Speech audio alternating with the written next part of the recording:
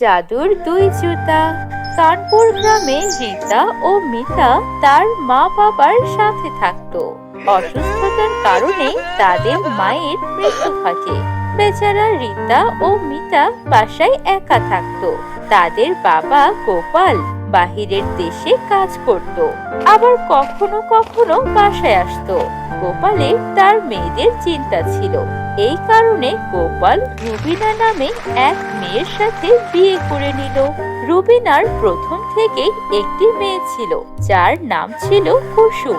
কুসুম অনেক জেদি আর অহংকারী ছিল। কুসুমের যখনই কিছু পছন্দ হতো সে সেটা নিয়েই ছাড়তো। রুবিনা প্রথম প্রথম রীতা ও মিতার উপর অনেক ভালোবাসা দেখায়, কিন্তু কথায় আছে না, সৎ মা তো সৎ মাই। যখনই গোপাল গ্রাম থেকে শহরে রওনা দেয় তখন রুবিনা তার আসল রূপ দেখানো শুরু করে। রুবিনা রীতা ও মিতার উপর অনেক অত্যাচার করা শুরু করে। সারা দিন তাদের দিয়ে কাজ করাতো আর মারধর করত। একদিনের কথা, মা, আমার জুতো ছিঁড়ে গিয়েছে, আমাকে নতুন জুতো কিনে দাও। কেন? তোর বাপ কি আমাকে টাকার গাছ দিয়ে গেছে যে আমি তোকে জুতা কিনে দেব? জুতা ছিঁড়ে গেছে তো খালি পায়ে থাক, আর এখন এখান থেকে যা। ঠিক ওই সময় ওখানে কুসুম আসে আর বলে, মা, আমি মার্কেটে যাব, নিজের জন্য 2-4টা জুতো কিনবো, তাই তুমি আমাকে টাকা দাও। হ্যাঁ হ্যাঁ কুসুম, বলো তোমার কত টাকা চাই? এই কিছু 5-10 হাজার টাকা চাই। এই নাও আমার আদরের মেয়ে, এখানে 15,000 আছে, যদি আরো কিছু পছন্দ হয় নিয়ে নিও, ঠিক আছে? এইটা দেখে রীতা বলে, আমি শুধু আপনার থেকে 100 টাকার জুতো চেয়েছি, তো আপনি আমাকে এত কিছু বললেন আর নিজের মেয়েকে 15,000 টাকা এমনিতেই দিয়ে দিলেন। আপনার আমাদের দুইজনের উপর দিন দিন অত্যাচার বেড়ে চলেছে। সারা দিন আমাদের দিয়ে কাজ করান আর নিজের মেয়েকে দিয়ে কোনো কাজই করান না। এইবার বাবাকে আসতে দেন, আমি তাকে সব কথা বলবো। এই চাকরকে দেখো কত মুখ চলছে, আমি তাকে সব কথা বলবো। মা দেখো চাকরের কত মুখ চলছে, আর চলবেই না কেন? আপনি এত ছাড় যেভাবে দিয়ে রেখেছেন, আর এখন তো ও আপনাকে সরাসরি ধমক দিচ্ছে, কোনো ভয় নেই এখন ওর মধ্যে। মনে হয় কালকের মারের কথা বলে দিয়েছে। তুমি যাও, এখনই বলছি। এরপর রুবিনা রীতাকে 4-5টা থাপ্পড় দেয় আর বলে, এখন বল তোর বাবাকে বলবি আজ তুই খাবার পাবি না, যখন ক্ষুধায় মরবি তখন মাথায় আক্কেল আসবে। কোথা থেকে আসছে আমাকে কথা বলার জন্য। এই মিতা, তুই দাঁড়িয়ে দাঁড়িয়ে এখানে কি করছিস? বাথরুমে অনেক কাপড় রাখা আছে, যা ওগুলো গিয়ে ধো। আর তারপর আমার মেয়ের জন্য খাবার রান্না করবি, আমার মেয়ের ক্ষুধা লেগেছে। চল যা এখান থেকে, ঘুরে ঘুরে কি দেখছিস আবার? আমি এত সুন্দর না। আর তারপর রীতা আর মিতা ঘরের সব কাজ করে নিজেদের ভাগের খাবার নিতে চায়। মা, ঘরের সব কাজ শেষ, একটু খাবার দেবেন? আর একটু রীতার জন্য, ওরও খিদা লাগছে মনে হয়। আমি প্রমিস করছি এরপর আর কখনো এমন কথা বলবে না ও। মা, এই পেতনিকে আজকে খাবার দিতে হবে না, ক্ষুধা লাগলে আক্কেল ঠিকানায় আসবে, আর এরপর থেকে বাবাকে আপনার কথা বলার সাহস পাবে না। হ্যাঁ হ্যাঁ মা, তুই ঠিক বলেছিস। আর মিতা, এই নে তোর ভাগের খাবার।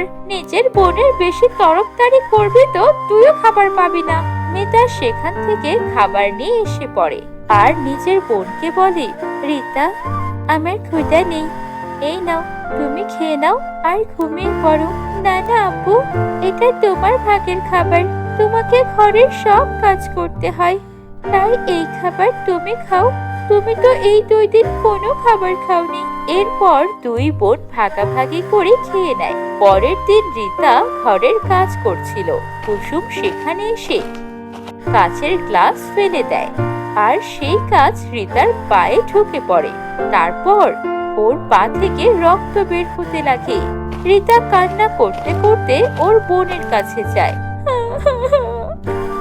আপু, আমার পায়ে কাচ লেগে গেছে, আমি জুতা পরেছিলাম না, কুসুম ইচ্ছে করে আমার পায়ে কাজ ফালিয়ে দেয়। ও এমন কেন করেছে? আমি অনেক ব্যথা পাচ্ছি আপু। আর তারপর মিতা ওর রক্ত মুছে দেয়। ঠিক তখনই সেখানে সৎ মা আসে আর বলে, মহারানীরা, ঘরের কাজ বাদ দিয়ে গল্প করছিস? ঘরের বাজারও শেষ হয়ে গেছে। যা, দুইজন গিয়ে বাজার নিয়ে আয়। কোনো জিনিসের খেয়ালই নেই।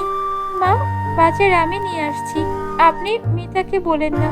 ও, মহারানী এখন আমাকে বলবে? আমি কি করব? যা, দুইজন গিয়ে বাজার নিয়ে আয়। যদি আমার মাথা খারাপ করেছিস তো? মাত্র তো পায়ে ব্যথা পেয়েছিস, এরপর পায়ে কেটে রেখে দেব। আর তারপর ওরা দুই বোন বাজার করতে চলে যায়। আর তারপর ওরা বাজারে এক বৃদ্ধা মাকে পায়। মা, তুমি কি আমাকে সাহায্য করতে পারবে? আমি এত কিছু তুলতে পারছি না। আমার পা আর কোমরে অনেক বেশি ব্যথা পাচ্ছি। তুমি দয়া করে আমার বাসায় এই জিনিসগুলো পৌঁছে দাও। হ্যাঁ, কেন না মা, আপনি দয়া করে আপনার বাসা কোথায় সেটা বলে দিন, আমরা এই জিনিস সেখানে পৌঁছে দেব। এ কথা বলে দুই বোন বৃদ্ধা মার জিনিসগুলো বাসায় পৌঁছে দেয়। ধন্যবাদ মা, কিন্তু বাইরে তো অনেক ঠান্ডা। তোমরা দুইজন জুতা কেন পরনি? বুড়ো মার এই কথা শুনে দুই বোন কান্না করতে থাকে আর সব কথা খুলে বলে। তোমাদের সৎ মা তো অনেক বেশি কঠোর, কিন্তু কোনো ব্যাপার না, আমি তোমাকে অনেক সুন্দর জুতো দিচ্ছি। এরপর বৃদ্ধা মা ওদের দুটি জাদুর জুতো উপহার দেয়। এই নাও মা, এটা কোনো সাধারণ জুতো নয়, জাদুর জুতো। এটা পরে তুমি যেটাই চাইবে ওটাই পাবা। তোমাদের দুইজনের আর কোনো সমস্যা হবে না, আর তোমাদের সৎ মাও তোমাদের কিছু করতে পারবে না। এরপর ওরা দুই বোন জাদুর জুতো জোড়া পরে নেয়। জুতো পরে রীতা বলে, এই আপু, এই জুতা পরে তো আমার একটুও ব্যথা হচ্ছে না। আর তারপর দুই বোন বৃদ্ধা মাকে ধন্যবাদ জানিয়ে বাসার দিকে যায়। বাসায় এসে ওরা অনেক খুশি হয়। জাদুর জুতোর কারণে বাসার সব কাজ নিজে নিজেই হয়ে যায়। আর এখন ওদের না খেয়েও থাকতে হয় না। তারা জাদুর জুতোর থেকে ভালো ভালো খাবার নিয়ে খায়। আর এভাবেই সময় যেতে লাগে। একদিন কুসুম ওর মাকে বলে, মা, আমার মনে হয় ওদের দুজনের কাছে কোনো জাদুর জিনিস আছে। এই দুই বোন আজকাল অনেক খুশি থাকে। ঘরের সব কাজও কত তাড়াতাড়ি করে ফেলে। আর কত দিনও হয়ে গেছে ওরা খাবারও চায় না। হ্যাঁ, আমারও তো এমনই লাগছে। কোনো না কোনো সমস্যা তো আছেই। গিয়ে দেখতে হবে ওদের কাছে কোনো জাদুর কিছু আছে কিনা। আর তারপর দুই মা মেয়ে রীতা ও মিতার উপর নজর রাখতে শুরু করে। এই জাদুর জুতো, আমার বোনের ক্ষুধা লেগেছে, আমাদের নুডলস আর বার্গার চাই। মিতা এ কথা বলতেই জুতো থেকে নুডলস আর বার্গার চলে আসে। এটা দেখে দুই মা মেয়ে চমকে যায় আর বলে, মা, এই দুই পেত্নির কাছে তো জাদুর জুতো আছে। এই জাদুর জুতো আমাদের নিতেই হবে।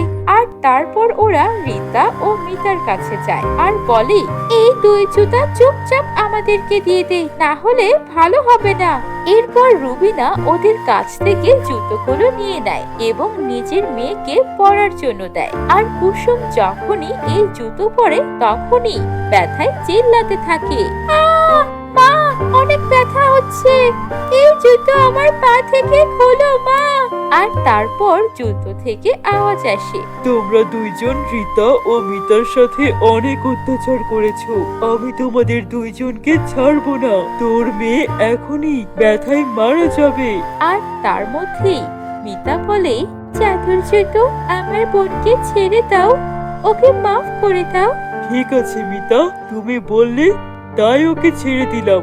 আর রবিনা আর কুসুম, তোমাদের দুইজনকে যদি দেখি পরের বার থেকে এরকম করতে, আমি কিন্তু তোমাদের ছাড়বো না। আর তারপর কুসুম ঠিক হয়ে যায় আর দুই মামি রীতা ও মিতার থেকে ক্ষমা চায়। আর তারপর থেকে ওরাও ভালো হয়ে যায় আর রীতা ও মিতাকেও মায়ের মতোই ভালোবাসতে শুরু